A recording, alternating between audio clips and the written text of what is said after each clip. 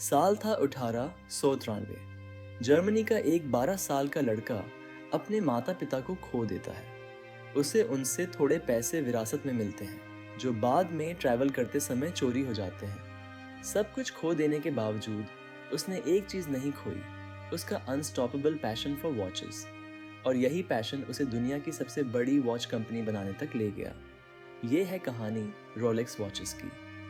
इस इंस्पायरिंग कहानी में आगे बढ़ने से पहले वीडियो को लाइक ज़रूर करें, चैनल को सब्सक्राइब करें और बेल आइकॉन दबाएं ताकि आप हमारी अगली कहानी मिस न करें। अपने माता पिता की मौत के बाद जर्मनी का 12 साल का हांस विल्सडॉर्फ अनाथ हो गया।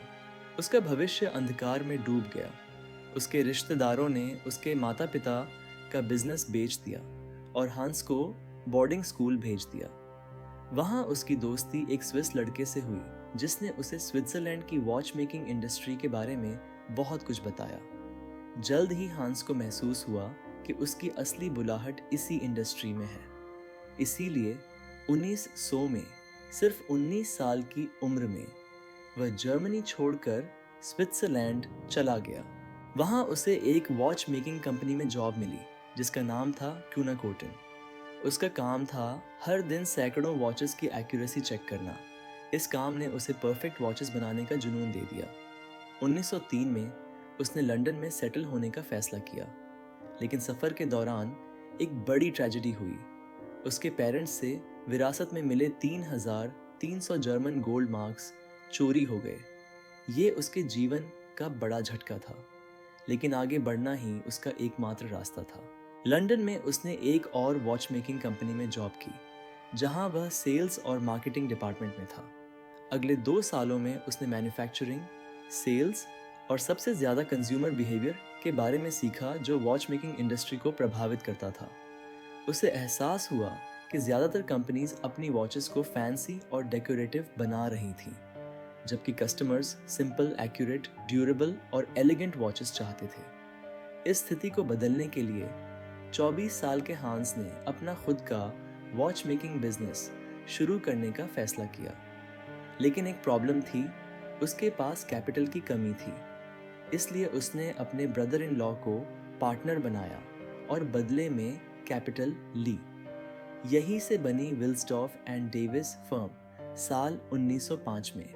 उन्हें एहसास हुआ कि ट्रैवलर्स के लिए वॉचेस बहुत ज़रूरी हैं, क्योंकि उन्हें ट्रेन और बस पकड़नी होती थी समय पर अपने डेस्टिनेशन पर पहुंचने के लिए। इसीलिए उन्होंने ट्रैवलर्स के लिए पॉकेट वॉचेस बनाने का फैसला किया। आम वॉचेस की तुलना में ये छोटी थीं ताकि आसानी से कैरी की जा सके। इस वॉच का पाउच हाई क्वालिटी लेदर से बना था जो इसे मजबूत और प्रीमियम लुक देता था। इस वॉच को नाम मिला पोर्टफोलियो पॉकेट वॉच। ये कंपनी का पहला प्रोडक्ट था और ये तुरंत हिट हो गया। हालांकि हांस ने पॉकेट वॉचेस से शुरुआत की थी, वह सिर्फ इन्हीं तक सीमित नहीं रहना चाहता था। उसे यकीन था कि भविष्य में रिस्ट वॉचेस पूरी तरह पॉकेट वॉचेस को रिप्लेस कर देंगी। इसीलिए हंस ने अपना ध्यान वर्ल्ड क्लास रिस्ट वॉचेस बनाने पर लगाया। लेकिन कस्टमर्स उस समय रिस्ट वॉचेस को स्वीकार करने को तैयार नहीं थे, क्योंकि माना जाता था कि रिस्ट वॉच सिर्फ महिलाएं पहनती हैं। हैंस इस परसेप्शन को बदलना चाहता था। 1906 में हैंस ने देखा कि ब्रिटेन में पुरुष और महिलाएं दोनों ब्रेसलेट्स पहनना पसंद करते हैं। यहाँ उसने एक बड़ी अपॉर्चुनिटी देखी। उसने गोल्ड और सिल्वर रिस्ट वॉचेस लॉन्च की। लेदर की जगह इनकी स्ट्रैप्स गोल्ड और सिल्वर से बनी थीं, जिससे ये वॉचेस बिल्कुल ब्रेसलेट जैसी लगती थी। और इन वॉचेस को रिस्ट वॉचेस नहीं कहा गया, इन्हें नाम मिला ब्रेसलेट वॉचेस। इस स्ट्रेटजी की वजह से हांस की वॉचेस पूरे ब्रिटेन में पॉपुलर हो गई। हांस ने यह भी देखा कि उस समय मार्केट में सभी वॉचेस अपने मैन्युफैक्चरर के नाम से जानी जाती थी, लेकिन हांस चाहता था कि उसकी वॉच का एक यूनिक नाम हो, कुछ ऐसा जो डायल में नीटली फिट हो जाए और हर भाषा में आसानी से बोला जा सके। उसने सैकड़ों अल्फ़ाबेट्स मिलाकर 100 से ज़्यादा नाम बनाए। आखिर में उसे एक नाम पसंद आया, रोलेक्स। 1908 में उसने इस नाम को ट्रेडमार्क करा लिया। आज की दुनिया में हम रिस्ट वॉचेस सिर्फ समय देखने के लिए नहीं, बल्कि अपनी पर्सनैलिटी और लुक इन्हांस करने के लिए भी पहनते हैं। हंस ने एक सटीक रिस्ट वॉच मूवमेंट बनाकर इतिहास रच दिया। रोलेक्स की रेपुटेशन और भी बढ़ गई। अब उसकी वॉचेस दूसरे यूरोपियन देशों में एक्सपोर्ट होने लगी। 1914 तक हंस ने विल्सडॉर्फ एंड डेविस के कई ऑफिसेस खोल लिए थे। उसने 60 टैलेंटेड लोगों की एक टीम बना ली थी। उसका बिजनेस तेजी से बढ़ रहा था। लेकिन फिर आया एक बड़ा झटका, वर्ल्ड वॉर 1। युद्ध के खर्चों को पूरा करने के लिए ब्रिटिश गवर्नमेंट ने वॉचेस पर 33% एक्सपोर्ट ड्यूटी लगा दी। इससे रोलेक्स की कीमत कंपेटिटर्स के मुकाबले 33% ज़्यादा हो गई। सेल्स गिर गई। बिजनेस बचाने के लिए हांस ने कंपनी को स्विट्जरलैंड शिफ्ट कर दिया। अब तक रोलेक्स सिर्फ उसके वॉचेस का ब्रांड नेम था। स्विट्जरलैंड पहुंचकर उसने कंपनी का नाम बदल दिया, रोलेक्स वॉच कंपनी लिमिटेड। अब लग्जरी वॉचेस का मार्केट क्रैश हो चुका था, लेकिन हांस ने एक इंटरेस्टिंग ट्रेंड देखा। युद्ध में लड़ रही आर्मीज को रिस्ट वॉचेस की ज़रूरत थी। ट्रेंच वॉचेस लॉन्च की गईं सोल्जर्स के लिए। ये अनब्रेकेबल ग्लास और स्ट्रॉन्ग बॉडी के साथ आती थीं और रेडियम हैंड्स की वजह से लो लाइट में भी टाइम दिखता था। इस इनोवेशन ने रोलेक्स को युद्ध के बीच भी सफलता दिलाई।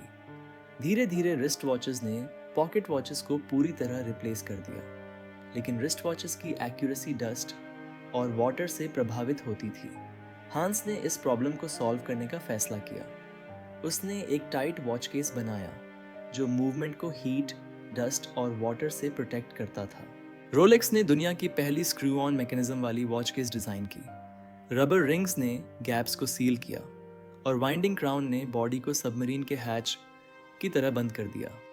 अब वॉच पानी में भी डैमेज नहीं होती थी, इसीलिए इसका नाम पड़ा रोलेक्स ऑयस्टर।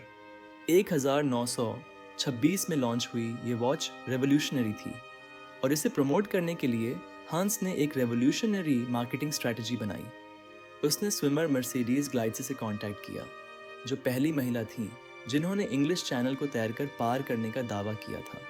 हंस ने उन्हें रोलेक्स की पहली ब्रांड एम्बेसडर बनाया। मर्सिडीज ने अपने गले में रोलेक्स ऑयस्टर पहनकर इंग्लिश चैनल पार करने की कोशिश की।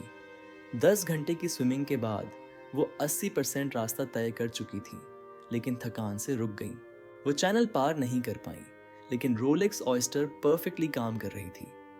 इस इंसिडेंट ने मर्सिडीज और रोलेक्स दोनों को मशहूर कर दिया। हांस ने उन्हें अपने एड्स में दिखाया। यहाँ तक कि रिटेल स्टोर्स में रोलेक्स ऑयस्टर को लाइव फिश टैंक में डिस्प्ले किया गया।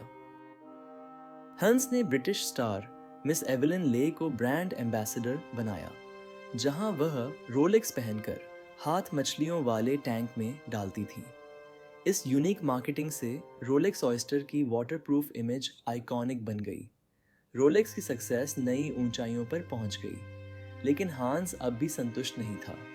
उस समय सारी वॉचेस मैकेनिकल थीं, यानी बैटरी नहीं, मेन स्प्रिंग से चलती थी।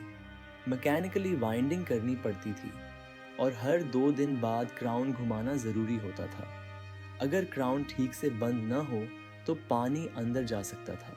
हांस ने एक फुली ऑटोमेटिक वॉच बनाने का सपना देखा। सालों की मेहनत के बाद उसने परपेचुअल रोटर का आविष्कार किया। यह सेमी सर्कुलर रोटर 360 डिग्री घूमता था और हाथ की हर मूवमेंट से मेन स्प्रिंग को विंड करता था। अब बस इसे पहनना ही काफ़ी था। ये खुद ब खुद विंड हो जाती थी, इसलिए इस वॉच का नाम पड़ा रोलेक्स ऑयस्टर परपेचुअल। पहले भी कई लोगों ने ऑटोमेटिक वॉचेस बनाने की कोशिश की थी, लेकिन रोलेक्स पहली कंपनी थी जिसने इसे सफलतापूर्वक बनाया। इस इन्वेंशन ने हांस विल्सडॉर्फ को लेजेंड बना दिया, लेकिन 1921 में आया दूसरा झटका, वर्ल्ड वॉर 2। सप्लाई चेन टूट गई, सेल्स गिर गईं। फिर भी हांस ने हर मुश्किल के बावजूद रोलेक्स को जिंदा रखा। 1944 में उसने अपनी पत्नी को खो दिया। ये उसके जीवन के सबसे कठिन साल थे, लेकिन हांस बचपन से ही एक फाइटर था।